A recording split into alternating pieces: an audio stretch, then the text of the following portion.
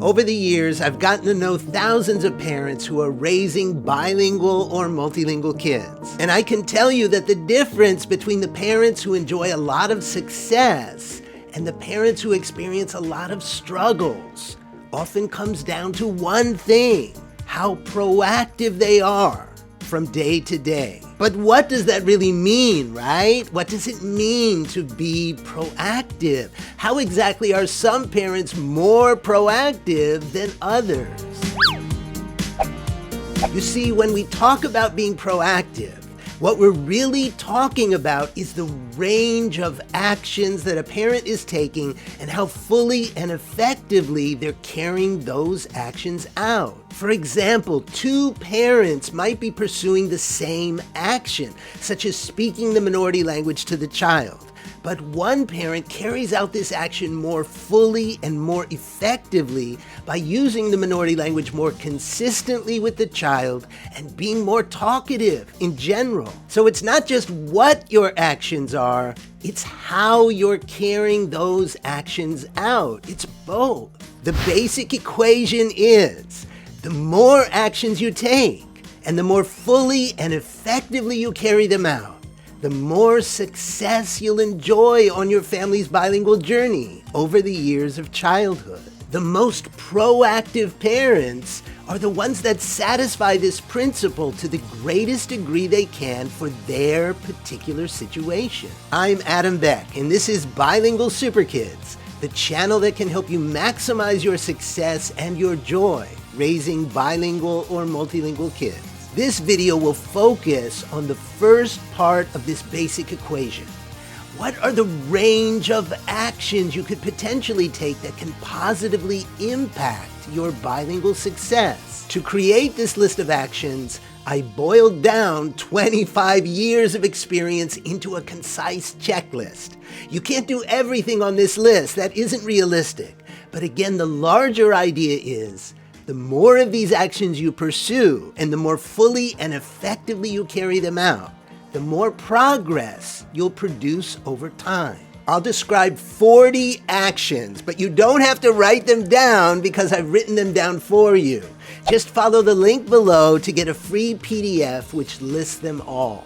I call it the ultimate checklist for bilingual success, and it really is the ultimate list of actions for raising bilingual kids. And if you need any help with the second part of this equation, how to carry out these actions as fully and effectively as possible for your particular situation, just reach out to me for personal support through my coaching website, bilingualsuperkids.com.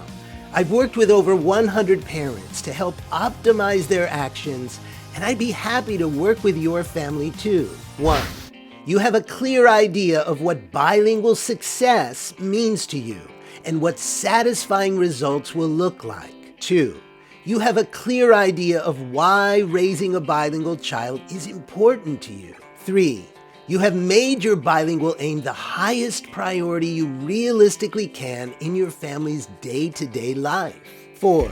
You realize that the childhood years are fleeting and you spend as much time with your child as you realistically can each day, doing your best to be fully present and engaged in these interactions. 5.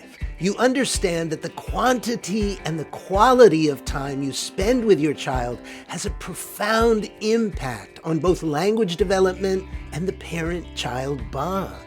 6. You are keenly aware that the success you're seeking requires proactive effort on a daily basis, that the amount of effort must not be underestimated. 7. You recognize that the larger, longer-term success of your bilingual aim will result from the accumulation of small daily actions that are pursued with patience and persistence. 8. You understand that the two core conditions for bilingual success are ample exposure to the target language and the child's perceived need, or at least desire, to actively use it. 9. You are mindful of the fact that you have the most influence over your child's language development during the younger years, and so you're making the most of each day. 10. You are simultaneously very serious about realizing your bilingual aim, but very playful in how you carry out your action. Go ahead, say something. Hello, hello, hello. 11. You understand that you must provide as much language input as you can during the first few formative years in order to produce output when the child begins to speak. 12. You are talking a lot to the child in the minority language, providing as much oral input through speech as you can each day, aware that this form of input is the most important factor for success. 13. You are staying as consistent as possible when speaking directly to your child, using the minority language 100% of the time, or at least as close to 100% as you can get. 14. You are supplementing the amount of your own oral input with oral input from other speakers of the language, locally and or online. 15. You are proactive about promoting ties with extended family members, particularly grandparents, to enrich both language exposure and family relationships. 16.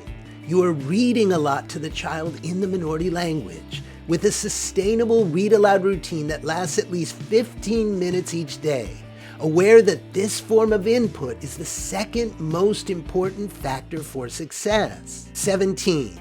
You also regularly use shorter reading material, such as riddles, jokes, and poetry, in the cracks of the day, like after a meal or when brushing teeth. 18.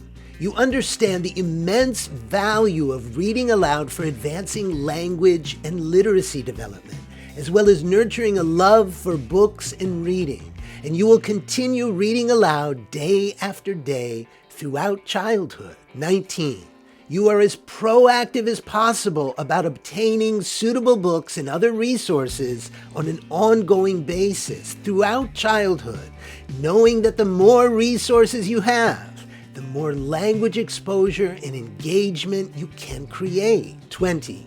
You are promoting your child's interest in the target language by providing books and other resources that appeal to the child's current passions. Look at Yogi. Here he is. Hi. 21. You are aware that these resources can also include materials that may be used in any target language, such as wordless picture books and board games that don't require reading. 22. You are taking advantage of powerful devices like the Chameleon Reader and the Tony Box for creating more exposure and engagement in your target language. 23. You are playing engaging music and other audio in your target language on a daily basis, at home and in the car. 24. You are regularly playing games with your kids in the minority language, including board games and card games, and you emphasize cooperative games with younger children. 25. You are making use of captive reading on an ongoing basis to fuel both literacy development and language ability. 26. You are pursuing a regular homework routine in the target language with a manageable amount of reading and writing tasks to nurture literacy skills and advance overall language proficiency. 27. You are making use of AI tools such as ChatGPT to produce suitable content in your target language for captive reading material and homework tasks. 28. You are using screen time for supplemental language exposure and perhaps incentive for completing other tasks, such as TV programs, online videos, and apps on a tablet. 29. You regularly meet for play dates and other activities with local families and children that speak your target language. 30. You seek out local activities, events, and places of business that can provide additional exposure and engagement, as well as cultural connections in the minority language. Yes, he's a good boy. See, he's a very good boy. 31. You have arranged for regular lessons in the minority language with a teacher locally or online, or at an after-school program in your area. 32. You make trips to minority language locations for immersion experiences in the language and culture to the extent you realistically can. 33. You are thinking creatively and resourcefully about the challenges you face and understand that there's always a productive solution if you keep going and you keep trying. 34. You are nurturing a positive attitude toward your target language by emphasizing the value of this language in the child's life and how their bilingual ability not only benefits them, it can potentially help others too. 35. You are keeping a regular journal of some kind to reflect on the day-to-day experiences of your bilingual journey, recognizing that this habit will make you more mindful and proactive in the present, while the journal will become a special keepsake for the future. 36. You are mindful of potential challenges in the future and have considered the preventive medicine, the actions you could take in advance that will help you avoid or reduce these problems. 37. You are prepared to fortify your efforts for the minority language as needed once your child enters a majority language school and becomes more deeply immersed in this language from day to day. 38.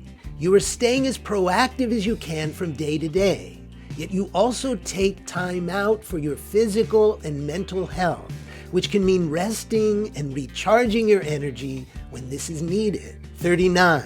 You are 100% determined to persevere in your efforts to realize the satisfying results you seek, and you will doggedly continue your quest for success day after day throughout the years of childhood. 40. You recognize that the success of your bilingual aim will not only impact your family, it will impact future generations, your grandchildren and beyond, as well as all the people they touch out in the world for many decades to come. He's so cute, he's upstaging me. Again, to get a copy of all these actions on paper, just look for the link below to download a PDF of the ultimate checklist for bilingual success. And my challenge to you is to be as proactive as you realistically can be, given your circumstances, by pursuing as many of these actions as you can manage and carrying them out as fully and effectively as possible. Bye. See you again soon, everybody. Bye. Say bye, Yogi. Say bye. Bye.